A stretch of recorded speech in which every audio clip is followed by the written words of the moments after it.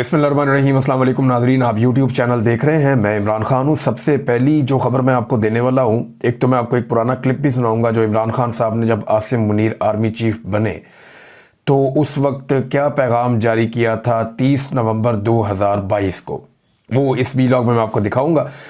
लेकिन इस वक्त क्योंकि जो लेटेस्ट चीज़ें चल रही हैं वो इंडिया और पाकिस्तान के बीच में चल रही हैं, जंगबंदी हो चुकी है और ये जंगबंदी किसी और ने नहीं, डोनाल्ड ट्रंप ने करवाई है। और डोनाल्ड ट्रंप के साथ भारत कुछ दफ़ाई मुआहदे करना चाहता है ताकि मुस्तकबिल में भारत को इसका फ़ायदा पहुँचे, और वो ये चाहता है कि अमेरिका पूरी ताकत से भारत के साथ खड़ा हो जाए। फ़िलहाल तो कोई जंग का ख़तरा नहीं है, लेकिन मोदी के पागलपन का पता भी कोई नहीं है। मोदी किसी भी लेवल तक जा सकता है जो उसकी बुरी हालत है, और इमरान खान साहब ने भी इस खदशे का इजहार किया था। शहजाद अकबर साहब ने कुछ चीज़ें बड़ी क्लियर की हैं, और देखें ये कॉमन सेंस की बात है। एक उन्होंने ये कहा कि अगर तो इमरान खान साहब से कोई दरख्वास्त की गई थी कि आप हमें सपोर्ट करें जेल में जाकर, और लोगों ने मुलाकात की और दरख्वास्त की, तो इमरान खान साहब ने तो ऐसी कोई बात पाकिस्तान तहरीक-ए-इंसाफ को कही नहीं। तो फिर वो जो सपोर्ट मांगी थी वो लोगों ने कैसे दी? देखिए, ये पाकिस्तान तहरीक-ए-इंसाफ के अंदर एक अंडरस्टैंडिंग है कि जब भी मुल्क की बात आएगी तो वो मुल्क के साथ खड़े होंगे। हर पॉलिटिकल पार्टी में ये है, आप मुल्क के खिलाफ नहीं जा सकते। जब कोई पॉलिटिकल पार्टी मुल्क के खिलाफ जाएगी तो कोई भी सियासी जमात मुल्क से बड़ी नहीं हो सकती। लिहाजा जब इंडिया के साथ लड़ाई है तो सबको यही करना था। तो ये एक बड़ी कॉमन सेंस की बात है जो उन्होंने की है। लेकिन जो खबर देने वाले हैं वो डटे हुए हैं कि मुलाकात हुई है। एक और पॉसिबिलिटी जिसको आजकल मार्केट में फ्लोट किया गया है, कुछ जगहों से खबरें आ रही हैं कि इमरान खान साहब को कुछ देर के लिए या कुछ दिनों के लिए गालिबन ये दावा किया जा रहा है कि उन्हें जेल से मुंतकिल किया गया था कहीं और, ताकि वो महफूज रह सकें, और वहाँ कोई लोगों ने मुलाकातें वगैरह की हैं। देखिए, इमरान खान साहब से मुलाकातें ये पहली दफ़ा नहीं हो रही। मैं माजी में आपको बाकायदा जब मेरे पास इंफॉर्मेशन थी तो बता चुका हूँ कि 2 काले रंग की फॉर्चुनर गाड़ियाँ वो जेल के अंदर एतवार वाले दिन दाखिल हुई, और 2 मुलाकातों के बारे में मेरे पास डायरेक्ट इन्फॉर्मेशन है। लेकिन मुझे ये नहीं पता कि ये लोग कौन थे जो इमरान खान साहब से मिले थे। लेकिन ये ज़रूर जानता हूँ कि ये इतने आम लोग थे कि इनके आने से पहले जेल के दरवाजे पहले ही खुल जाते हैं, फिर इनके रास्ते में कोई रुकावट नहीं होती, ये सीधा जाते हैं, और उसके बाद इनके पास फाइलें भी होती हैं। और जब ये बाहर निकलने लगते हैं तो इनकी गाड़ियां स्टार्ट होने से पहले जेल के दरवाजे खुल जाते हैं ताकि इनके ऊपर किसी की नज़र ना पड़े। ये आते हैं और आनन फानन चले जाते हैं और अंदर चंद घंटे गुजारते हैं। अब अंदर क्या करते हैं वो चीज़ें जो हैं अब किसी को नहीं पता। या तो इमरान खान जानते हैं, या वो लोग जानते हैं जिनको ये मिलते हैं, या वो लोग जानते हैं जो मिलते हैं। बहरहाल ये खबरें पुरानी हैं और ये मुलाकातें चलती रहती हैं, तो इसके ऊपर डिफरेंट किस्म की चीज़ें आती रहेंगी। हम आपके साथ शेयर कर देंगे कोई भी सॉलिड इन्फॉर्मेशन होगी तो। लेकिन अभी जिनके पास इन्फॉर्मेशन है वो कह रहे हैं जी इमरान खान साहब से मुलाकात ज़रूर हुई है।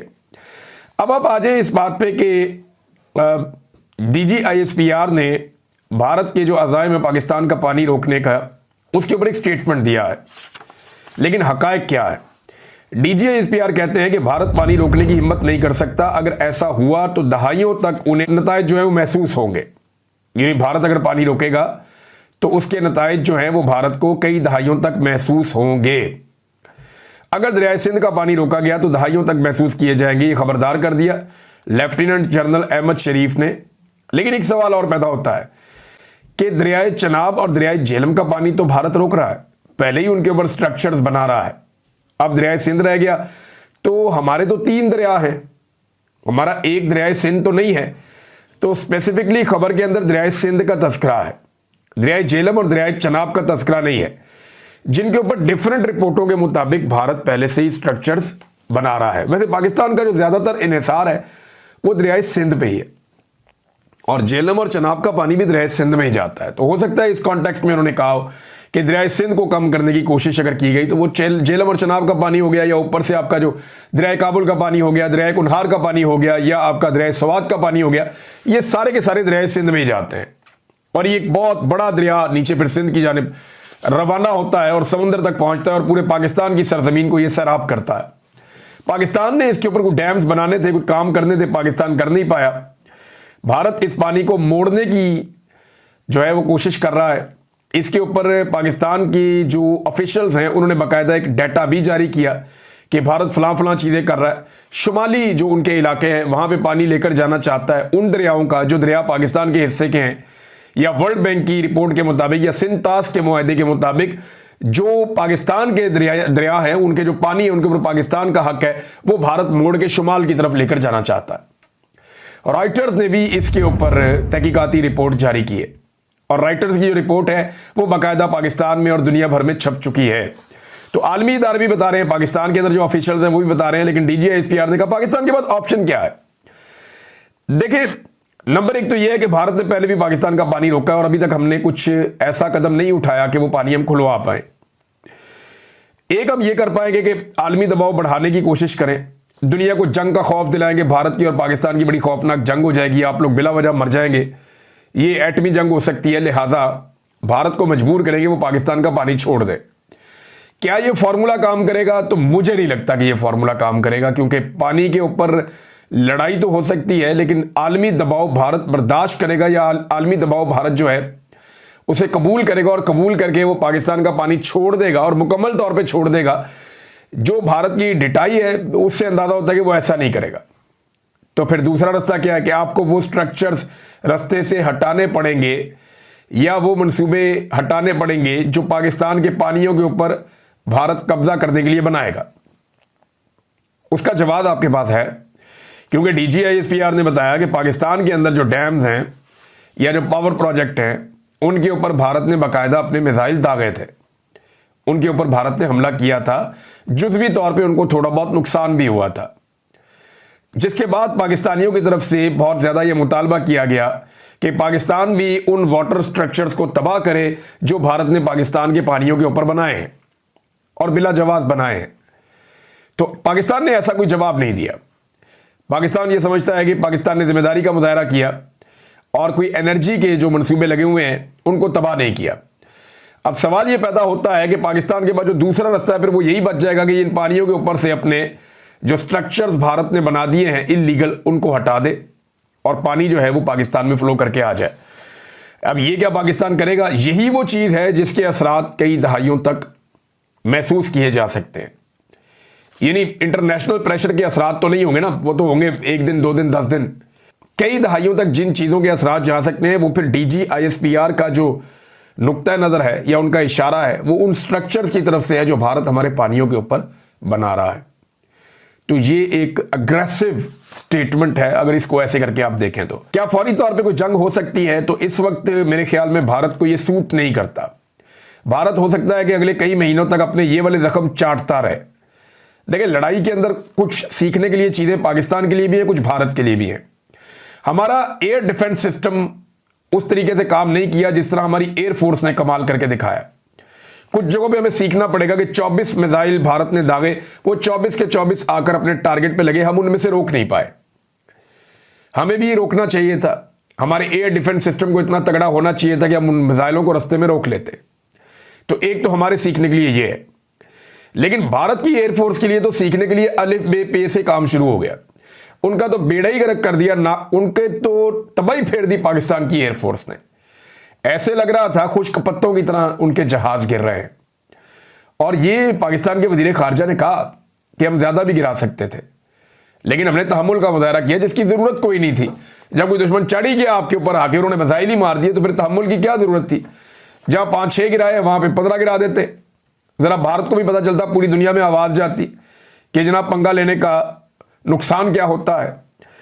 पाकिस्तान ने एक और बड़ी खबर पाकिस्तान से आई है और ये भारत का जो एक दावा था उसका जवाब आया है।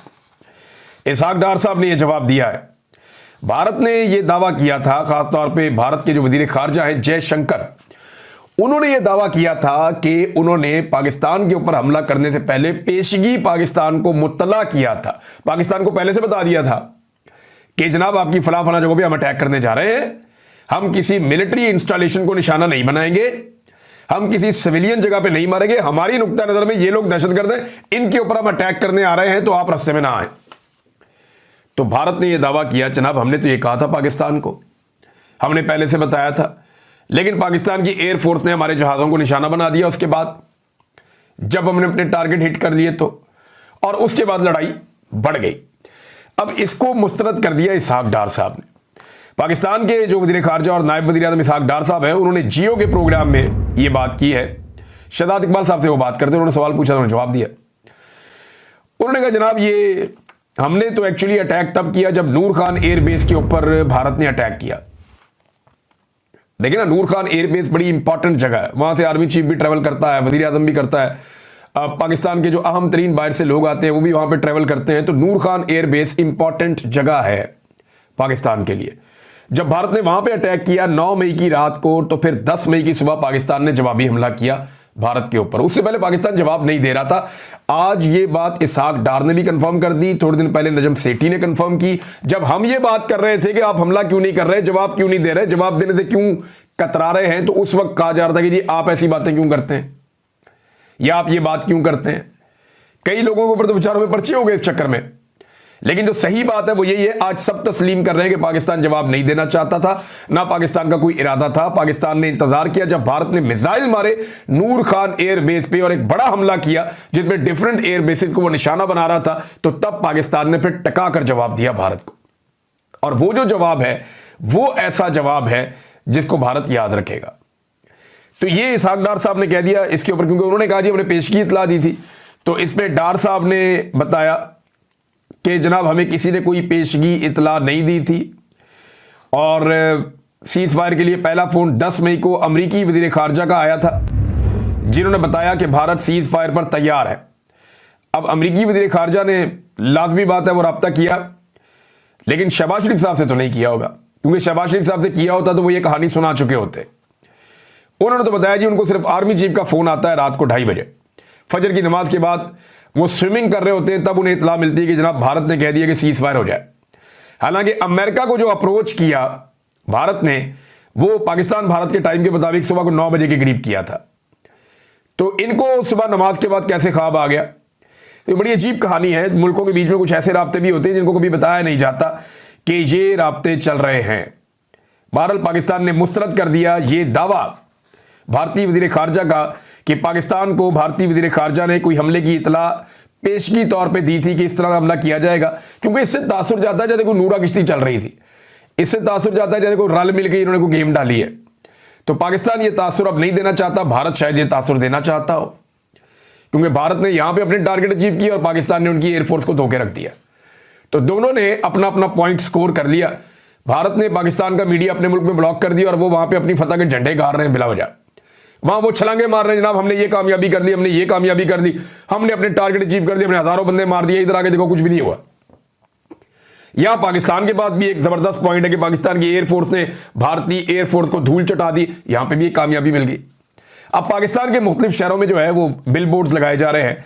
बिल बोर्ड्स वाली जो कंपनीज हैं उनके ऊपर भी दबाव डाल रहे हैं लोग कि जनाब तशहीर की जाए इस जंग के हवाले से। तो ठीक है, एक लड़ाई आपने जीती है, उसकी तशहीर होनी चाहिए, लेकिन ज़बरदस्ती की तशवीर नहीं होनी चाहिए, बल्कि इसको जो है वो पब्लिक के साथ सलूक ऐसा करें कि इन चीज़ों की ज़रूरत ना पड़े।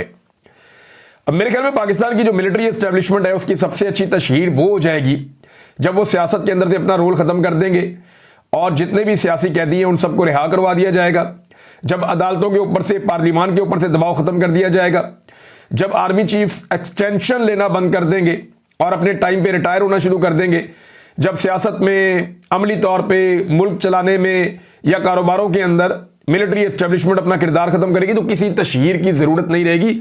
ये कौम खुद आपकी तशहीर करेगी। ये सच है, और ये इतना बड़ा सच है कि आपको ये जब मर्जी आप करके देख लें, आपको नज़र आ जाएगा। नादरीन, यहाँ पे एक और बड़ी इंपॉर्टेंट चीज़ है, वो ये है कि पाकिस्तान दुनिया के अंदर अपना मौक़िफ़ लेकर जाना चाहता है, और उसके लिए बिलावल जरदारी को उन्होंने टास्क दिया कि आप जूनियर आदमी है, उसका इतना तजुर्बा नहीं है। फिर जंग के दौरान बिलावल जो है वो कुछ और कह रहे थे, जंग के अंदर कुछ और हो रहा था। बिलावल एक जज्बाती नौजवान के तौर पे तो आप देख सकते हैं, जो अंग्रेज़ी थोड़ी अच्छी बोल लेता है उर्दू की निस्बत, बस इतना ही है, लेकिन तजुर्बा नहीं है। शाह मोहम्मद कुरैशी साहब इस वक्त, उन्हें जेल से अस्पताल मुंतकिल किया गया है, और उनका बड़ा ठीक ठाक तजुर्बा है वज़ीर खारजा के तौर पे, ज़बरदस्त किस्म का, और बड़े ज़ीरक इंसान है। उन्होंने जेल से जो एक लेटर लिखा है, पूरी हुकूमत की सारी कार्रवाइयों के ऊपर वो भारी था।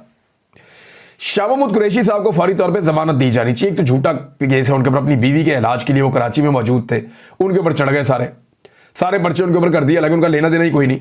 मामला सिर्फ इतना कि जी आपने इमरान खान का साथ क्यों नहीं छोड़ा जब हमने आपको कहा था, तो भाई नहीं छोड़ा साथ, अब सजा काट लिए 2 साल।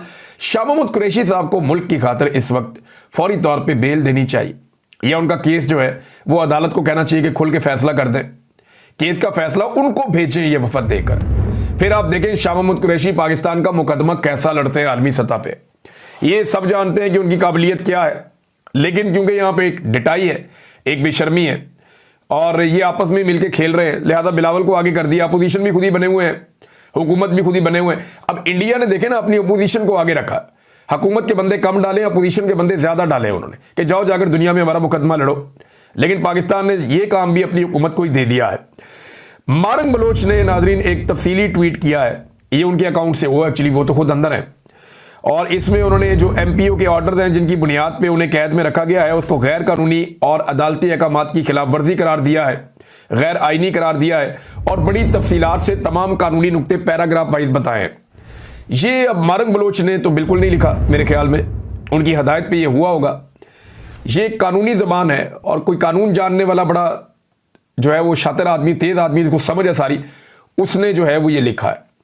और इसका मकसद जो मुझे समझ आ रहा है, क्योंकि मारंग बलोच इंटरनेशनली अब एक रिकग्नाइज्ड शख्सियत हैं और उन्हें अमन के नोबेल प्राइज के लिए उनका नाम भी लिया गया है, तो मुझे ऐसा लगता है कि आलमी सतह पे इसका बड़ा इंपैक्ट होगा। अंग्रेजी के अंदर जो ट्वीट किया गया है मारंग बलोच के ट्विटर हैंडल से, वो सारी दुनिया को अब इसमें यह बता रहे हैं कि जनाब गैर कानूनी तौर पे एक खातून को एमपीओ के ऑर्डर के तहत अंदर रखा गया है, जबकि पाकिस्तान का कानून इस बात की इजाजत नहीं देता, उन्होंने कानून के हवाले दे देकर साबित किया है।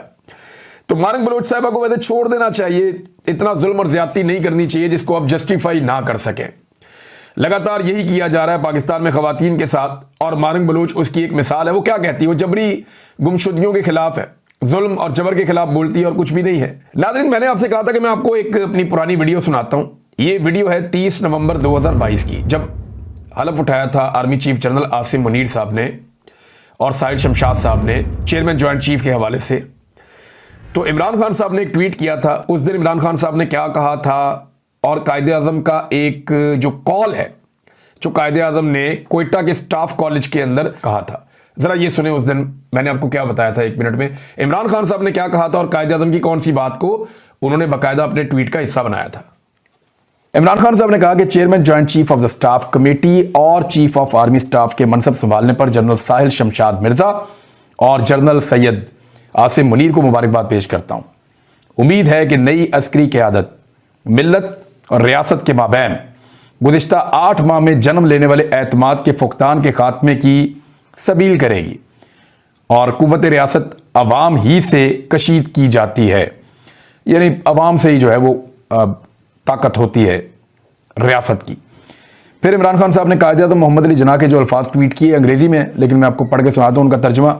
कायदे-ए-आज़म मोहम्मद अली जिन्ना ने फरमाया था कि मत भूलें कि मुसल्लह अफवाज कौम की मुलाजिम हैं, आप कौम की पॉलिसी नहीं बनाते, पॉलिसियां बनाना सिविलियंस का काम है, और आप वही काम करें जो आपके सपुर्द किया गया हो।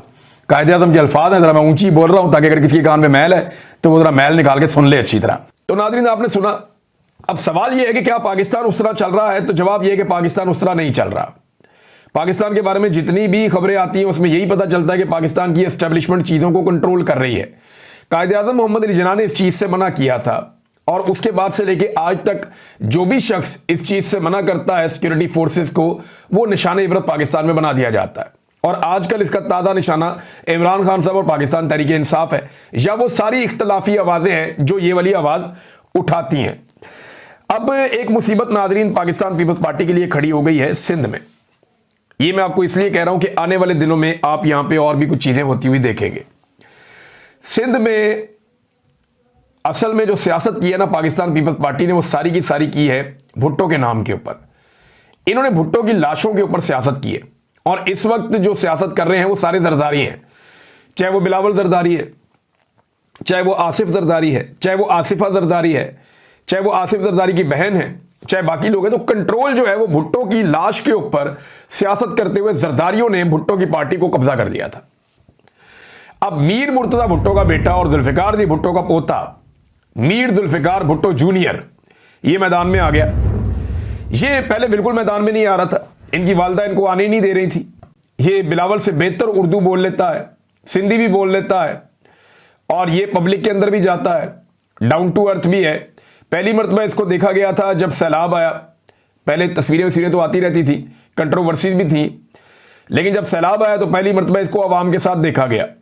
उसके बाद इसने सिंध में बहुत ट्रैवल किया है, अंदर अंदर बेशुमार लोगों से इसने मुलाकात की है। और अब मैंने एक जलसा देखा जिसमें बहुत बड़ी तादाद में स्टेज पे ये बैठे हुए हैं और सामने बहुत बड़ी तादाद में लोग सिंध के मौजूद हैं और नारे लग रहे हैं कि भाग जरदारी भुट्टो आया।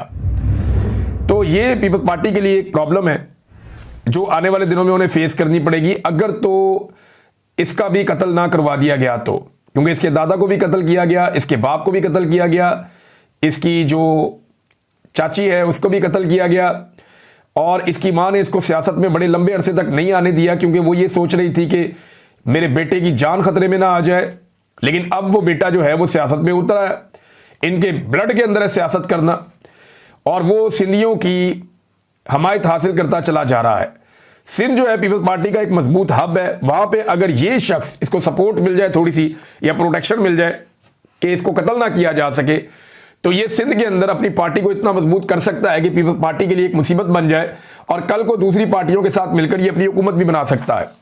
नेहरू वाले मामले में भी ये बड़ा खुलकर सामने आया, सिंध की आवाम के साथ खड़ा हुआ और जो सिंध के ऊपर जरदारियों का एक कब्जा है, ये उस कब्जे के लिए एक डरावना ख्वाब बन सकता है आने वाले वक्त में। नाज़रीन, खबरें मेरे पास और भी है, लेकिन बाकी खबरें आपको मैं बाद में बताऊंगा। अब तक के लिए इतना ही। अपना ख्याल रखिएगा, अपने इस चैनल का भी। अल्लाह हाफ़िज़।